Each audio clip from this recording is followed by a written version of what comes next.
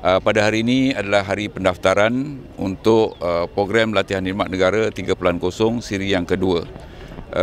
Hari ini adalah hari pertama mereka melapor diri, iaitu mulai daripada 11 dan dia akan jangka tamat latihan ini pada 24 hari bulan Jun 2025.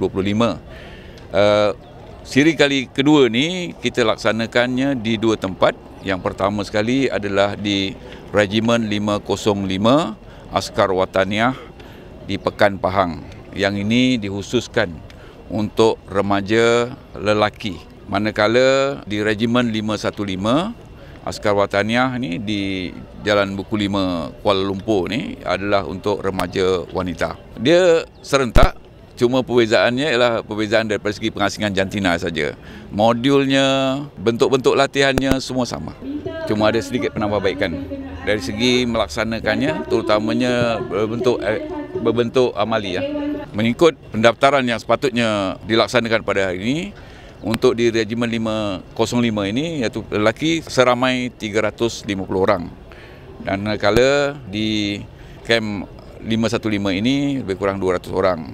Jadi kami masih lagi dalam proses untuk membuat pendaftaran, masih lagi berjalan dan insya-Allah perkara ini akan terus berterusan sehinggalah nanti pada 2 atau 3 hari. Jadi mungkin hari ini tidak penuh kerana ada yang masih lagi dalam perjalanan dan ada juga yang masih lagi belum bersedia untuk sampai ke sini. Ada juga memang yang hadir secara sukarela, kita tetap menerima. Cuma keutamaan itu kita bagi kepada mereka yang memang dipilih melalui sistem. Walaupun mereka yang secara sukarela juga kita terima berdasarkan kepada kekosongan-kekosongan tempat yang ada pada tempat kita. Kita tak ada masalah.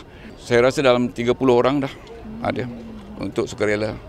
Pagi ini pun ada juga yang hadir secara walk-in. Ada juga yang hadir walk-in. Kita terima di mana dan kita akan lakukan proses yang sama nanti. Kita sediakan pemeriksaan kesihatan dan sebagainya. Saya berharap agar ibu bapa dan juga remaja-remaja yang tidak berkesempatan untuk menerima panggilan pada kali ini, kita ada lagi nanti pada bulan 9 untuk siri yang ketiga.